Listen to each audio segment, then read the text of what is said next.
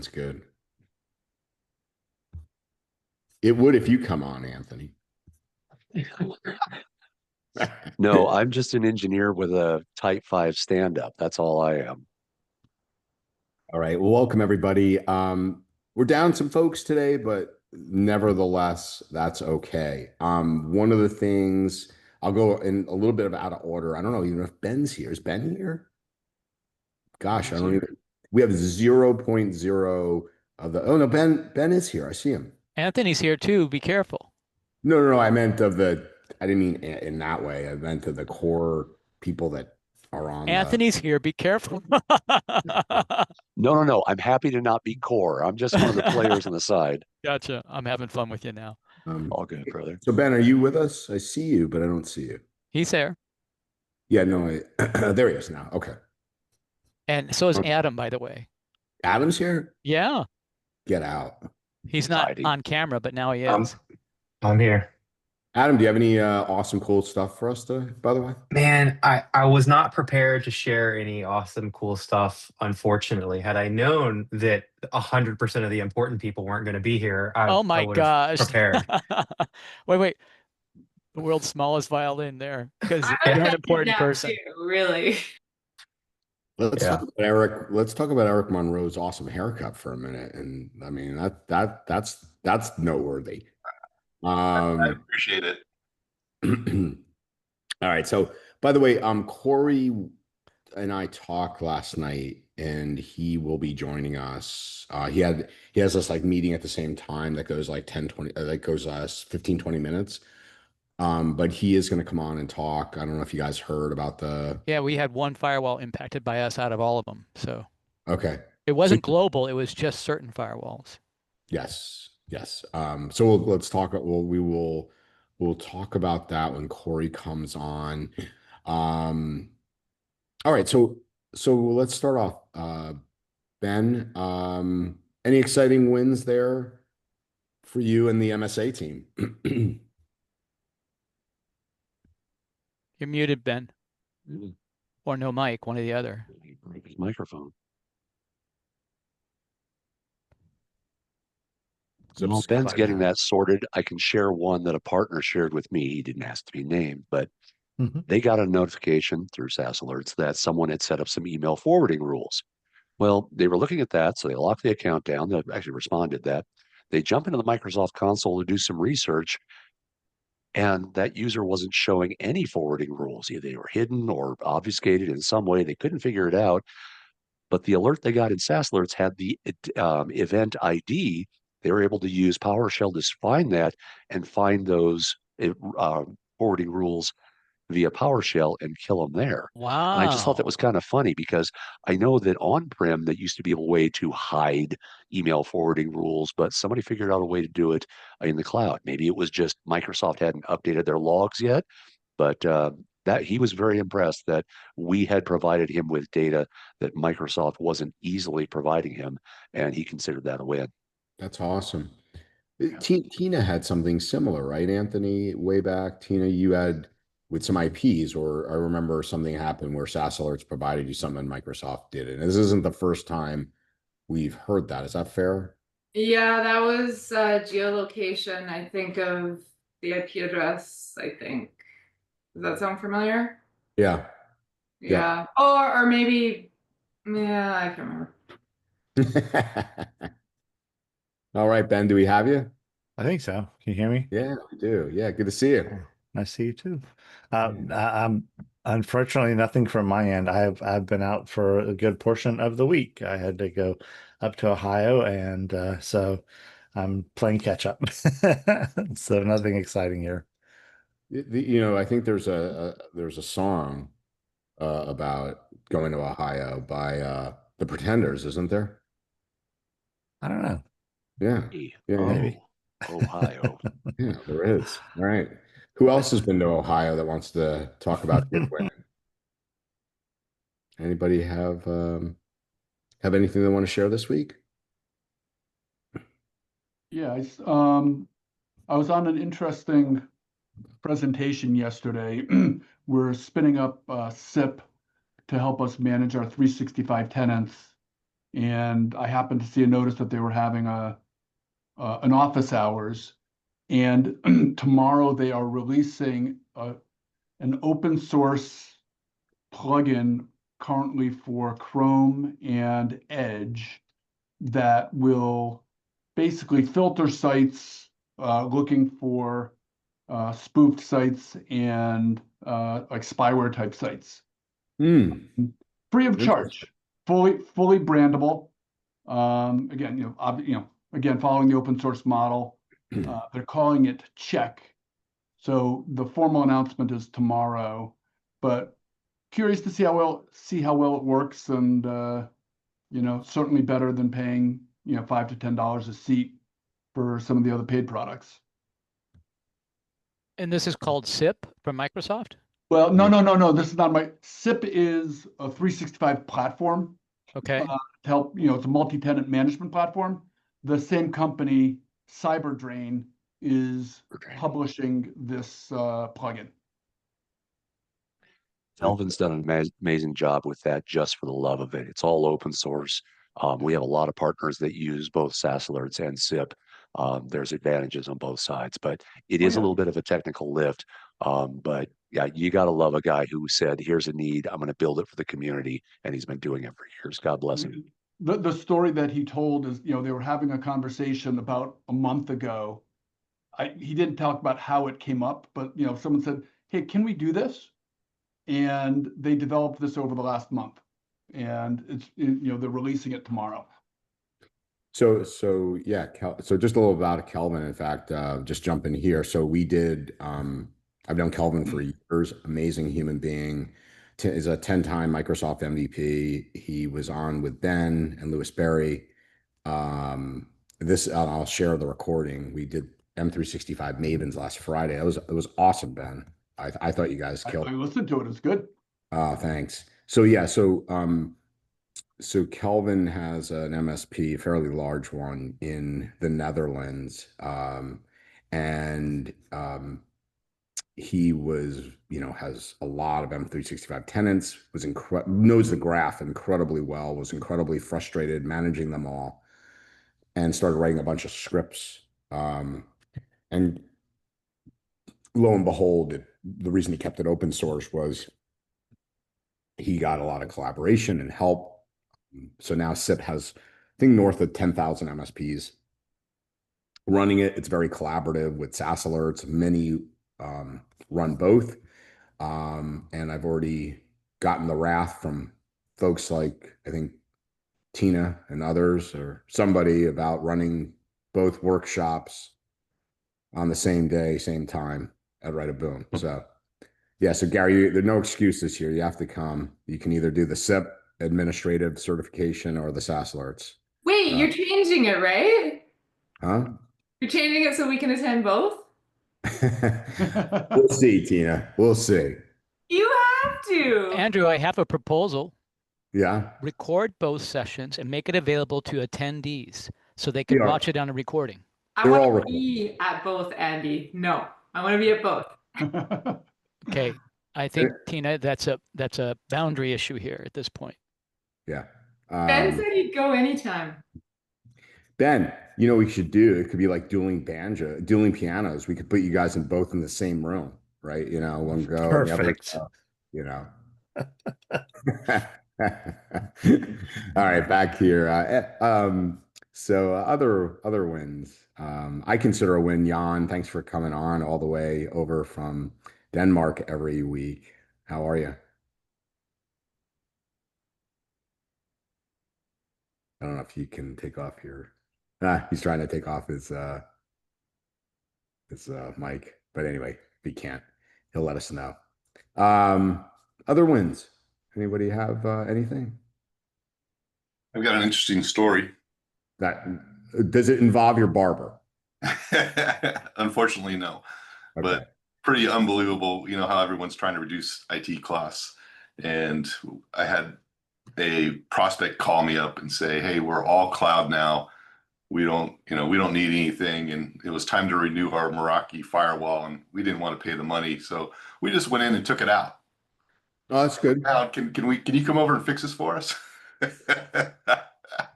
This is a good sized business, isn't it? Yes, it is. And they have this thought process. That's the Yes. part that blows me out of the water. Yeah, this is like 4 locations nationwide. We can't be surprised anymore. There's just some really stupid people out there. It's unbelievable. But I just thought I'd share it. It really what goes was to show their- what we need to educate our clients with on a regular basis. So, Eric, going back, you had a decent sized deal you were working, weren't you, if I recall, a few weeks ago? Correct. What was the net result of that? They didn't fund the budget until 2026, so we're hoping to close it Q1. This was the law firm, right? I think. Was it? The law firm. There was a investment company that we were working with, and That's right. That's right. The champion, wanted us, understood the costs, gave us to the decision maker, the COO, and the CEO. We had our meeting with him, and he says, "I'm not interested at all in this. I just want to buy security." Tried explaining to them that, security is 80% process, policy, and culture, but he wanted none of it. I just want to buy security, and I don't want anything else that you guys offer. So that kind of. Did you tell them most people don't want investment strategy? They just want to buy puts and calls and hope it works? They're SEC under their compliance, and they have 2 active breaches going on. There is the guy went out and bought a computer because there was on his laptop, there was a guy actually navigating his windows while he was working. So, it's amazing what I'm running into, in the last. Eric, you should have a referral partner to send this to say, here, catch. That's unbelievable. But anyways, it's always interesting. It is interesting. It is. What was the rationale for ripping out the Merakis? Oh, they didn't want to pay the licensing fee, right? Merakis, if you don't have them licensed, they don't work. Right. Right. Pay the firewall fee. Got it. Cheapers. Yeah. Didn't think it did anything.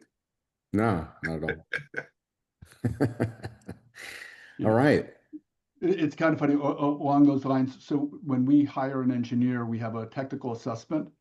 One of the questions on there is, how would you handle this ticket? Is specifically about that. A customer calls up and says, my Sonic Wall or Fortinet is up for renewal. Why do I need to pay for it?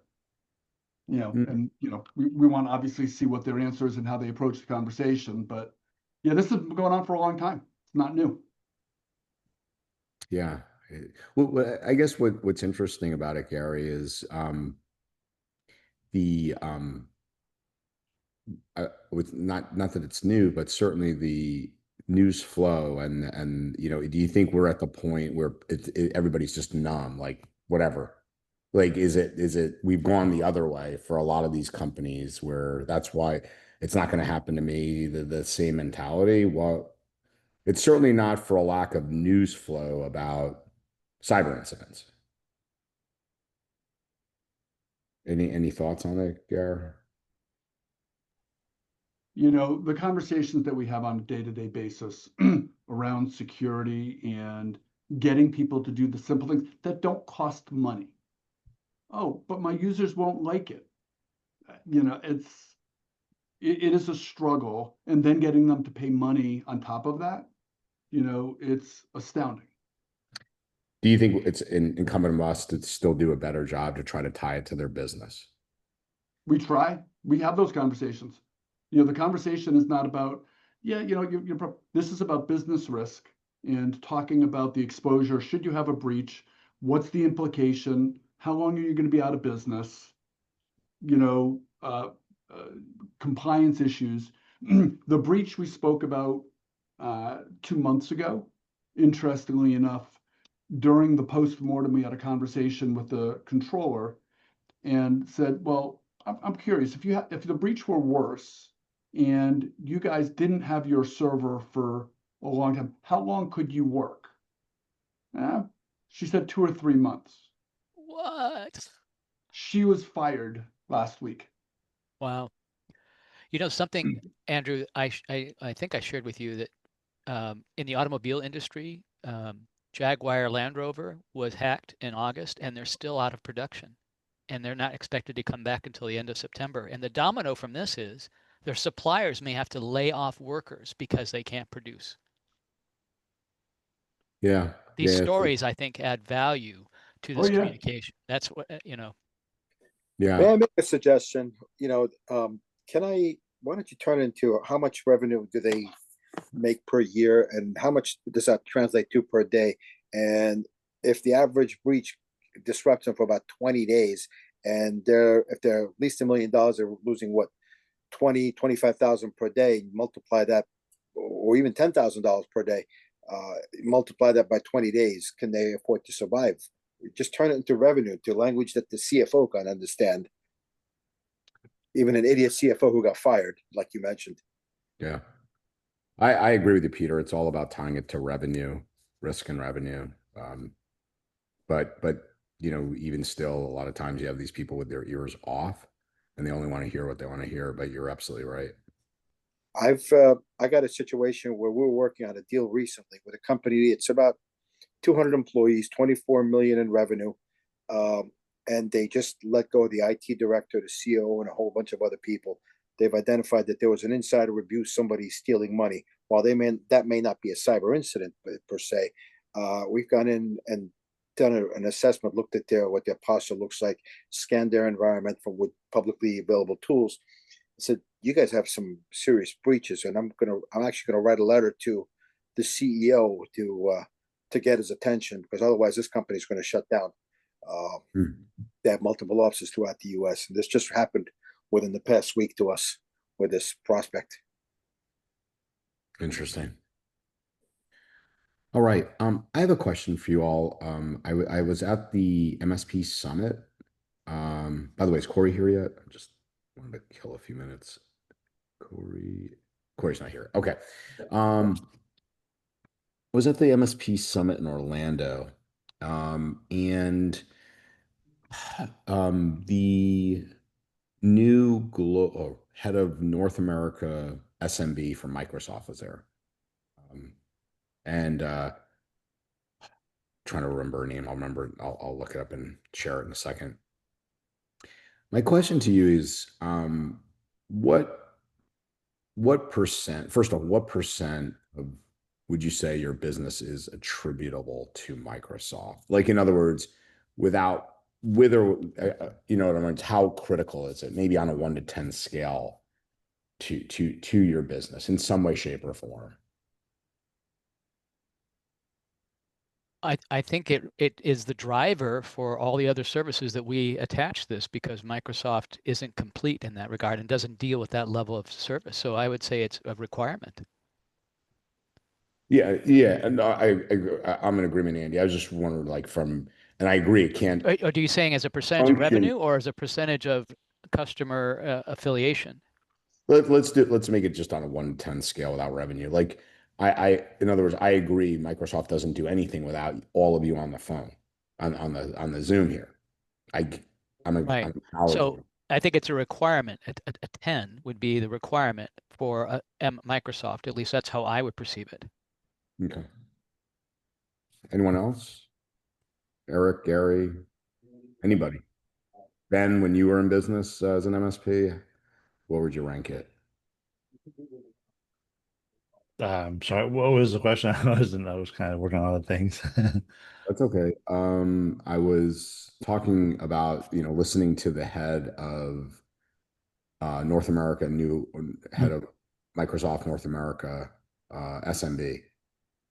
And they were talking about what their plans are to work with the channel, et cetera, et cetera. It seemed very interesting how they're splitting up, how they're looking at things, new programs, new MDF, something you haven't heard a lot from Microsoft in a while. Like I remember this, I go all the way back to this small business server days when they did have, a lot of group meetups and things of that nature. So my question to you, Ben, is how critical is Microsoft, in your opinion, on a 1 to 10 scale to an MSP?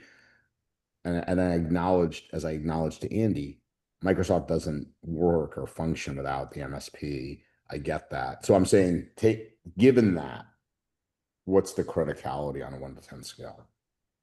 Well, I think Microsoft's, yeah, they've been trying to. I think Lighthouse was trying to prove that they cared about MSPs, at least, trying to help them navigate their systems. So yeah, right on up there, I would think 7 or 8.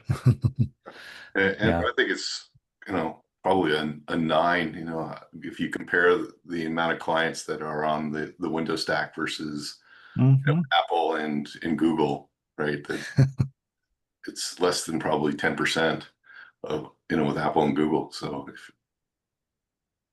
Okay. Yeah, and you don't see them really kind of like trying to really go above and beyond for MSPs. So yeah.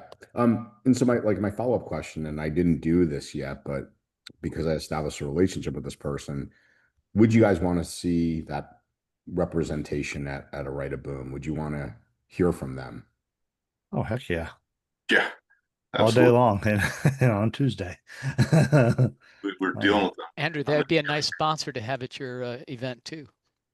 Yeah, I don't, and fair, Andy, it's not about sponsorship dollars, because I'm not sure you could even navigate the Microsoft ecosystem to come up. They don't, it's that's not my main objective. My main objective is to ask you guys more so the importance of maybe having them with a group. Like, let's just say there was a booth where they had a bunch of resources where you could ask them about their programs. You could ask them about how to get, you, whether it's MDF, whether it's how to get into their certifications, how to, whatever navigation that you'd want to understand better within their organization. Maybe there's a security person, maybe there's an Copilot/AI person, there's a productivity person. I would like to ask them about the NCE program and who thought of that so that I could throw something at them. That is the biggest cluster I've ever worked with. Well, yeah, and I think if they had representatives at these shows and they had people that could listen to the community and say, hey, what were you guys thinking? This has caused so much headache. It's caused me, time and effort and money and confusion. And just to have somebody to voice those opinions to. They don't care. This is all about their bottom line. They don't give a shit about us. Yeah, but if you think about it, the amount of time we spend and all of our employees spend dealing with some sort of Microsoft across sales, across operations, across security, across compliance, the percentage of time that we're spending on their salaries that they're dealing with Microsoft is enormous. So any type of resources or benefit we could get working with Microsoft is just going to improve our operations bottom line as an MSP. Yeah. And maybe they could change that perception of Microsoft doesn't give a crap. And maybe if that's what they're going for, then kudos. Yeah, and I think that's what it is, Ben. So we already have commitment from Jason Jones, who's the head of channels. He'll be at Write a Boom.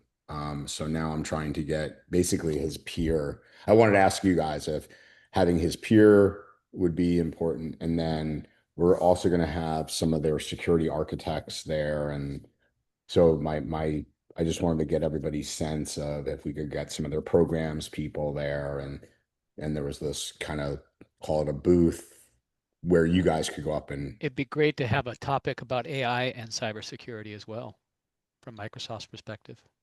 We have a AI workshop and credentialing on Microsoft agents, Copilot agents. Okay. So hey, Andrew, you may want to work on forming some sort of like queue or line system for this booth. So that might be quite a long line.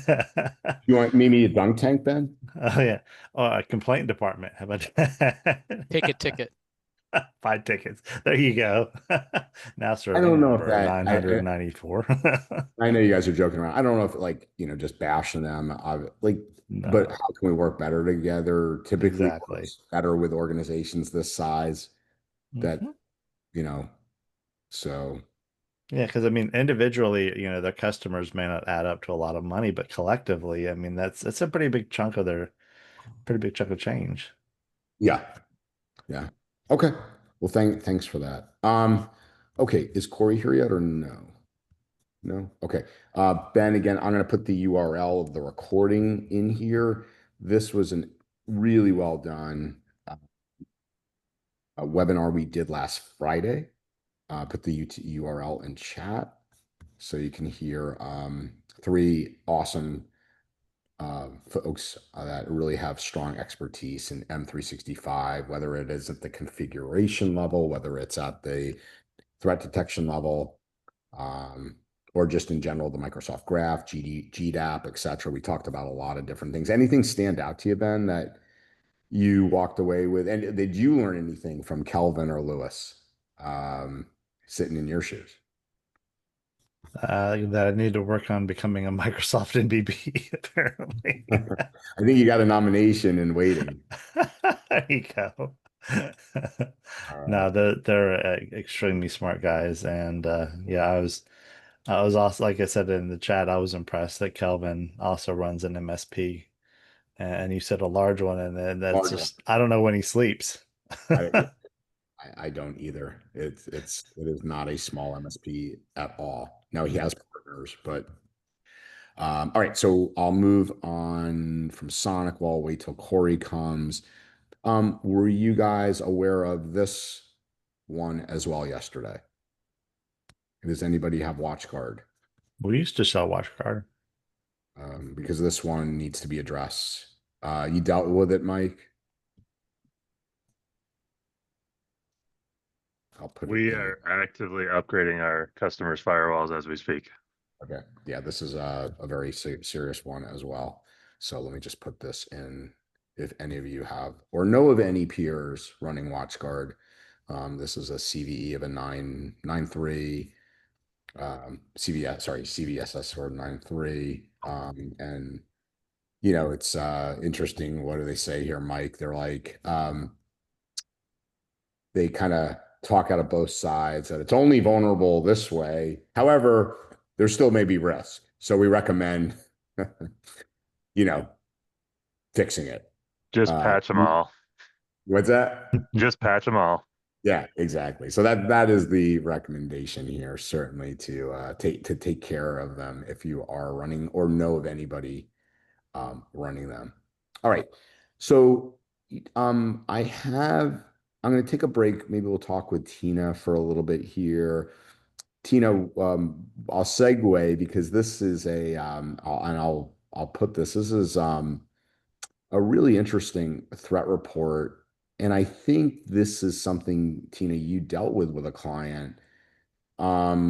This growing theme of these different types of errors. And so we'll get into this, and this might look familiar to you, Tina, but is this kind of the thing that one of your or two of your clients dealt with? If I recall, did they deal with the CAPTCHA?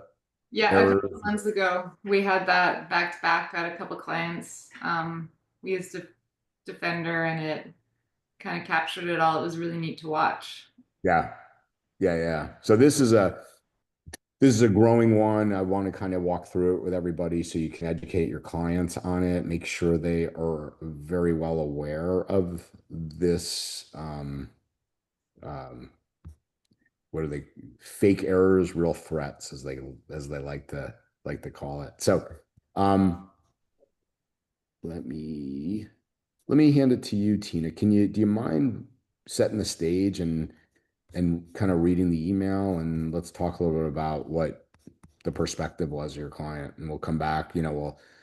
After that, if Corey's not here, we'll continue with that threat brief and talk about ClickFix. And we also saw the calendar invite across our clients for the first time this week. You did. Really fun. Yeah, I like that shit. You guys have been talking about it for 2 months, and we did send out a warning to our clients, but that was the first time we got to see it, and yeah, I like to see that in action. Did they say, "Oh yeah, remember you telling us, Tina"? Or yeah, good. And then sent out a reminder and a couple more replies. They don't read the emails, but we sent out a reminder, and a couple more replied and said, "Oh, we actually saw that this week as well." So it was neat. One did click on it. Of course, we were alerted with the amazing tools that we use, so it wasn't a concern, but Okay, so should I read the exact email, including where I Yeah. call you guys fine specimens? Yeah. Go. Good morning, you two fine specimens. I had a question from a client in a meeting yesterday that I'd love to hear everyone's 2 cents on in our calls, if it fits. I told them I'd throw it out to my favorite group, that's you guys, and see what you have to say. This might be more of a Monday cyber call topic as it's risk assessment, but let me know. I'm looking for a different specific angle though, not just that canned corporate risk assessment view, because I think we all know and understand that or can Google it or AI it. But here's how the question was delivered to me. Security risks. When do the risks of certain tools or functions outweigh the benefits? And they put in brackets, sussing out thresholds for risk management, especially with cloud-based tools. And I know before I read the rest of this email that we all instantly go to our how we deal with risk assessment, how we apply that to different types of risk across business and how that differs with cybersecurity. But I'm looking for a little bit different. So keep your minds open here for a minute. Tina, before you move on, if I could just clarify. What? They were talking about their cloud tools. Was their mind in things like a chat GPT? Was their mind in M365?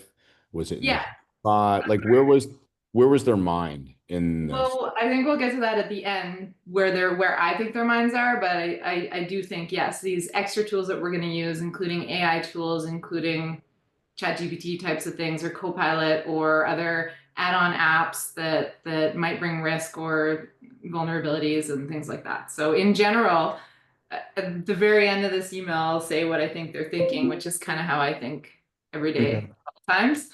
I said it's a fun one for me because, as Chip knows, I like to make fun of the shift to cloud and the subsequent increase in risk that we've seen over the past 6 years. And he likes to make fun of me for that, calling me on-prem queen, but we're not. We're very cloud focused. We do still have some clients with on-prem infrastructure just due to locally hosted applications and performance, and all the staff still come into that office. So it just makes sense for a lot of clients, but we're not. We don't push on-prem, we push cloud.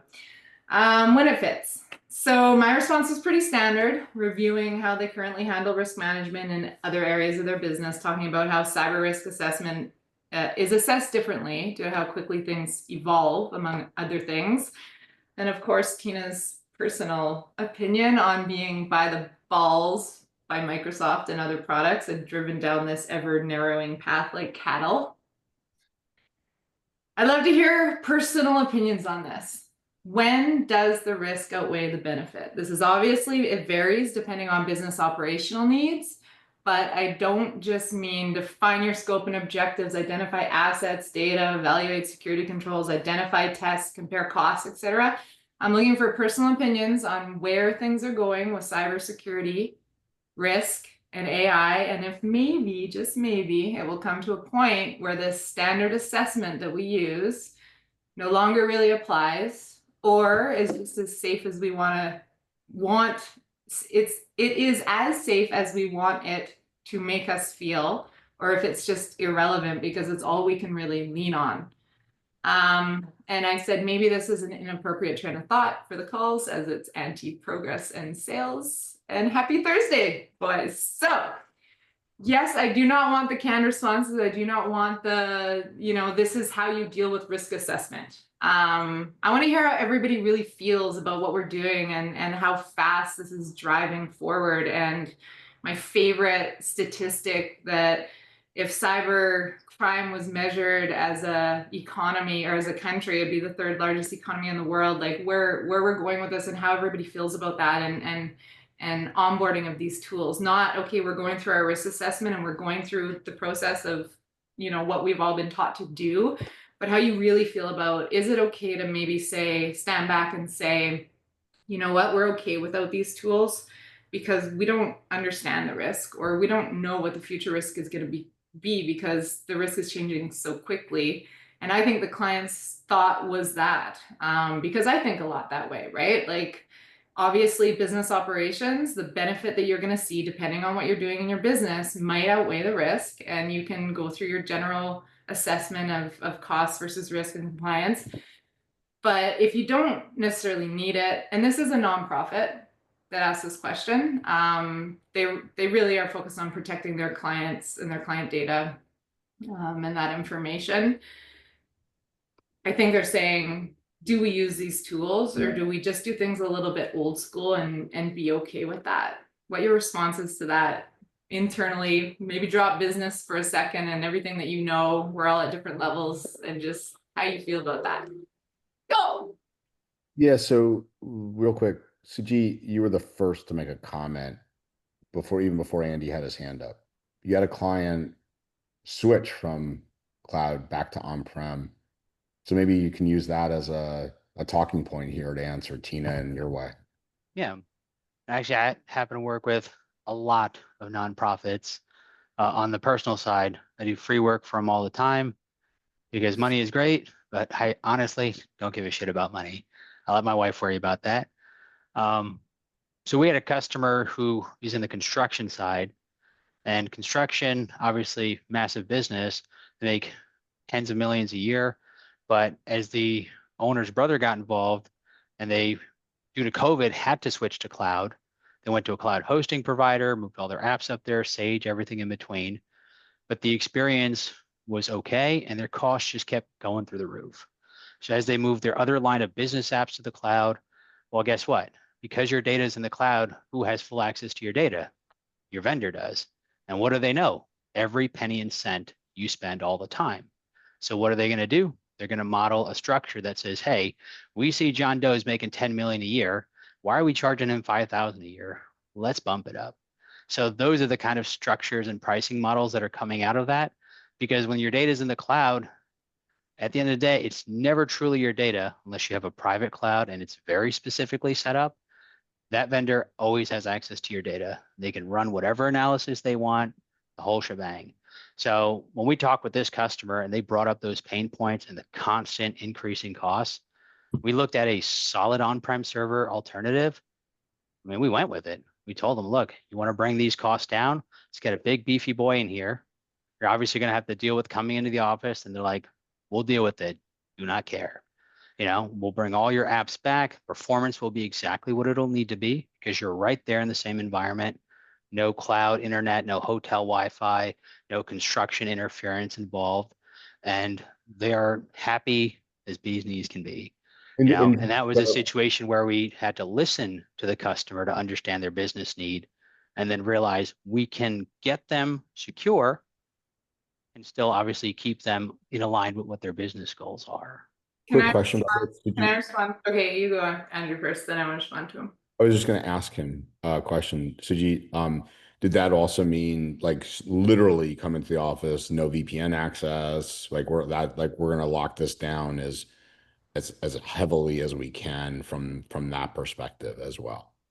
No, they have VPN. So they have an RDS that they utilize. So when they're remote in those odd instances, and some of their users are remote, obviously they have to travel for construction, in-person meeting, things like that. And it's published apps, but it's pretty light because instead of all their users being crammed on one server, it's just the people who need it. So it's working out better. To take over again because this is off topic. I really appreciate that input and I fully understand it. And we do the same assessment with our clients, exactly how you described. A lot of businesses in our small town, all their employees still come into the office and we decide which one to go with. But totally off topic because I want to stick to the thoughts and the feelings about how fast it's changing with AI and risk assessment of cloud tools. I am not against staying on-prem for sure. I want more of the feeling about how quickly this is changing and how you're changing the way that you talk about risk assessment in relation to those cloud tools. And maybe it does go back, Eric, to what we're talking about with the general way that you handle risk assessments when it comes to cyber risk. But it's not that I'm opposed to putting in an on-prem solution, as Chip knows, or supporting that. And also how I feel about that. And I feel like in 10 years, everybody's just gonna be back on-prem. But I want to focus strictly. Go, Andrew. Well, I think Sujit, there is a maybe just it was said differently. I think, they're using, forgive me with the buzzwords, right?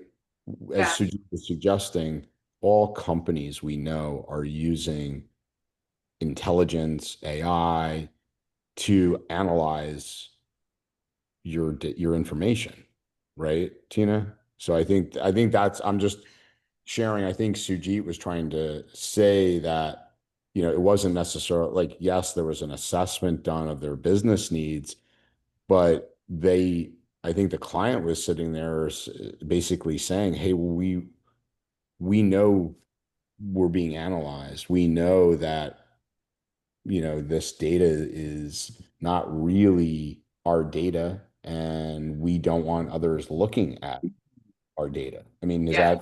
is that fair, Sujit? Yeah, that's a lot of what we do. Like even with the advent of AI, like it hasn't really changed that much for us. So like even with the risk assessment side, I mean, if anything, like for example, with Microsoft, if a customer has concerns around AI, we just lock everything down. So end users can't just add apps on their own. They can't just integrate whatever random AI app happens to email them. And that's really like as much as we do, you know, because it locks everything down. So it has to go through an approval process. And then if a tool is found is needed, it can be assessed versus the customers kind of being hit with marketing from all ends. We had one customer who had 7 different AI platforms they were all using, and they had no idea how any of these things worked, where their data ended up, how are they going to manage these. So that was one way, you know, we kind of just tend to do it that way. And people are concerned, we lock it down, we add that approval process, and then we hit it as we go. So we kind of try to slow things down. Eric, you had your hand up.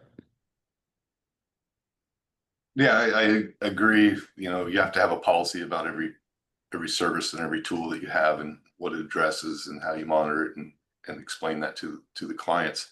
But I would, to Tina's question about how do you explain this, you know, I would ask them, so what what happens if you guys are down for how many days or whatever it is? And then you can also go into, I think a lot of us here, because we're so good, we don't experience these big breaches. Or I could be wrong, but I know we don't experience a lot of them, except when they come to us that aren't our clients that asking for help. But, you know, these clients or these people that need the help, you know, hadn't paid for these services for so long, but now they're spending tens, 20, 30, hundreds, thousands of dollars just to recover from this thing. So helping them understand the experiences that other businesses have gone through, that didn't think that they needed this type of security coverage. Yeah. I do. And this isn't like, it's not really a problem to be solved. We had a good discussion about it and I have my opinions on it. It's more really how everybody's feeling about the rapid change in cyber risk with the introduction, not the introduction, it's been around forever, but with AI and how quickly things are evolving and how to apply standard risk assessment to that. Like Eric, you know, with your thoughts in the chat, you probably are very proficient in the risk assessment, and you could go through, here's the questions we ask, and this is the way that we deal with it when looking at cyber risk applied to third-party applications. Do you feel like that is changing? It's hard to keep up with, and it might not necessarily apply as well as it used to because of the way that things are changing so quickly, the unknown. Yeah, well, the emotional part is the hardest part to nail down, right? We can talk to them about ROI and you know what the costs are being, but people, I think they're having a hard time, you know, understanding the greater capability of cloud services and enterprise level capabilities that they have with cloud services and the cost that it does. So are you getting the benefit of these enterprise level capabilities that the cloud services offer? And is it worth going to that and paying what it costs to maintain it and protect it and recover from it? Or are they okay with having the capabilities of on-prem services, the capital expense of that, what that entails, and the refresh schedule of that hardware and software licensing? So Yeah. it changes so frequently. Right. But again, I'm not talking about like just comparing cloud and on-prem. We have no problem with these discussions, and we have no problems with providing the solution or advising either way. And our clients trust us 300% to present the best solution to them. And they are all on board with our security practices. We don't have clients, they're not allowed to not have all of our tools in place. So it's not even about that. It's just the question is, I guess, yeah, it's not emotional thing. It's more philosophical, Tina. It's more It is philosophical. Yeah, and it's specific to, I feel like we're still not hitting it on the head. It's specific to the rapid change in cyber risk right now. Like, you know what? Let's pick a product. Maybe that'll help get us focused. Let's pick ChatGPT or Copilot. And yes, Sajid, you said that we put the proper security controls around that to protect the data, but how quickly is that changing, and how quickly is that being compromised, and how quickly do we not know what we don't know? And I feel like we're in this rapid change, that we are in a spot where we are in the biggest point of what we don't know right now, because it is changing so quickly. If I could, Tina, can I ask a favor? So let's bring this back up next week with Chip. Corey's here. I want to give him just a few minutes. Thank you for saving me from that. Yeah, no, I think it's an important discussion. I really do. I really do, because we could sit here. There's so many different topics to debate about this, right? As much controls, we already know, and I'll close it with this for this week. We take ChatGPT. We already know we can put as many controls in place as possible. We already know they're getting circumvented by people's personal use of it, and they're still doing their personal work, even at the enterprise environment. It was Corey, good to see you. Are you with us? There we go. Yeah, I have to unmute multiple spots. Oh, okay. How's everybody? Hey man, another light week for you, I say. It's not. I'm good. Everything's great. Why have you inherited Hell's Kitchen? I volunteered, actually. Did you? I volunteered. So for anybody that doesn't know, obviously we uncovered an incident within SonicWall. Now we talked about it previously. Everybody knows about Akira targeting SonicWalls, right? Right. It's obvious. We know about SSL VPNs, get off of it, ZTNA, right? Use all the buzzwords. Awesome. So during this investigation, we've been working with other IR vendors, and, just because the wave isn't as profound as it used to be, doesn't mean we're stopped looking, right? What's going on? Is there anything that we missed, et cetera, et cetera? And we've been working with other companies, and we ended up uncovering, for any SonicWall partners on here, I'm not happy personally with the word that was used in your partner alert, where they say the word exposed. The word exposed is a technical meaning that it's just wide open. Hey, it's exposed to everybody. No, it wasn't exposed. It was a targeted attack on our API backup service for the firewalls. And so that targeted attack, about 5% of our firewalls, I think the number that's being said, around 5% of them had exfiltrated backup files for the firewalls. Inside those backup files, there's encrypted credentials. So this is where public notices go out. We have an internal IR, we have a big IR team that validated our findings. Now we're doing a full IR event to see, okay, is there anything else that we're missing here, et cetera, et cetera. So that's what's currently going on in the SonicWall world. Is they use the word exposed, but there was exfiltrated backup files for 5% of the firewalls that we manage, or that we have out in the field. So that's the quick and dirty with the amount of time I have. But biggest question. So I volunteered to, big companies like SonicWall, let's be honest, transparency wasn't always at the top of the lists. I lived many previous lives where I asked for more information, and the vendors just won't give it to you. And so, with this approach, we're taking a full transparency, even though Reddit questions that, right? Where we're getting as much information as we have out there to all of our partners. And unfortunately, the downside is there's a lot of mitigation / remediation steps we're recommending they do. So this includes rekeying IPsec tunnels, changing credentials, right? It's a full gambit, better safe than sorry. Because with anything encrypted, with enough knowledge, skill, time, and effort, anything can be decrypted, right? So there is no, you hear it from me directly from my mouth, I have it all over Reddit. There is no direct correlation between the SSL VPN compromises and this. What happened with the SSL VPN compromises, and it's not just us saying it, even though we did our due diligence investigating, me doing my thing, internal NetSec doing their thing. We also had 2 third parties without us asking decided to trust but verify us and went ahead and like Rapid7 said that they confirmed that it's all related to a CVE that we posted in June of last year. The Australian, was it ASC something? They also did an investigation and confirmed it as well. So there is no direct line correlation of what happened with the targeted SSL VPN, anyone that was compromised through that means, and this particular exfiltration of backup files. Got it. Thanks for bringing it on, Corey, and being transparent about it. Does anybody have any questions? I know we're at the top of the hour, but does anybody have SonicWall question that run SonicWall, have clients with SonicWall, have any questions for Corey? I'll just make a statement. It's for those customers that have SonicWall, it's good to call them and say, look, you weren't impacted by this. Wanted you to know that we're watching things, and they appreciate that. So now, even if they aren't affected, let them know. So my recommendation I've been giving people on Reddit, just because those firewalls haven't been on the list. I wear a tinfoil hat. I'm wearing a green hat right now, but I typically underneath it's a tinfoil hat.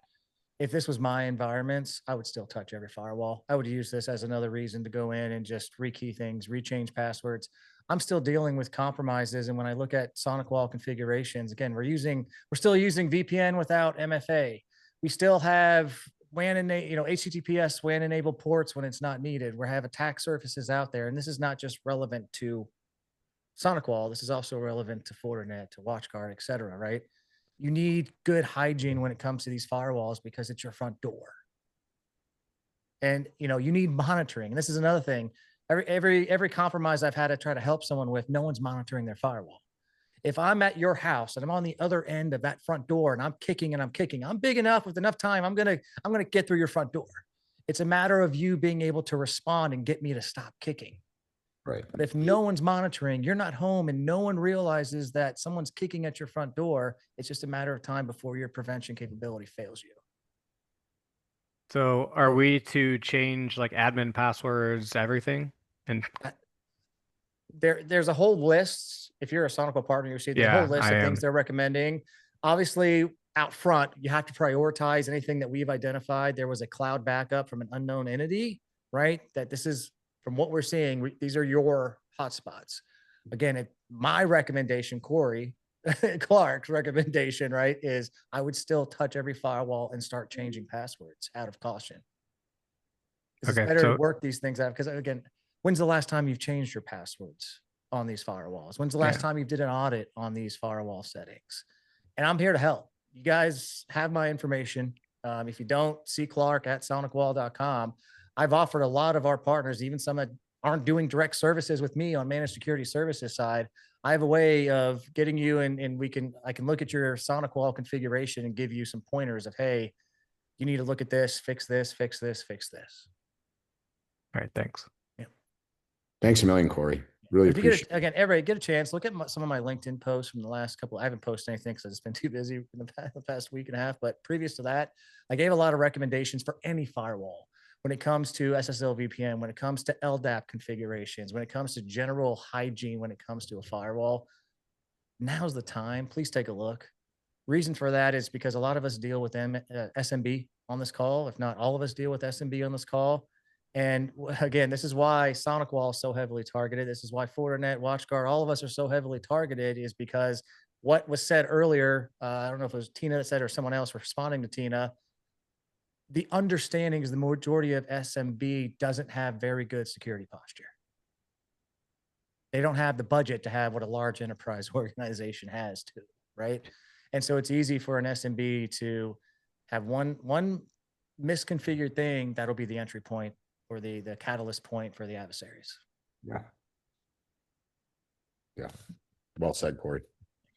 All right. I know we're a few minutes over. Everybody have a fantastic Thursday. and remainder of the week. We'll look forward to seeing you all in about a week. And Tina, we'll bring this back up with Chip. Let's see if we can we'll get it a little bit more dialed in on the question and give a few examples and hear from everybody. So until then, take care, everybody.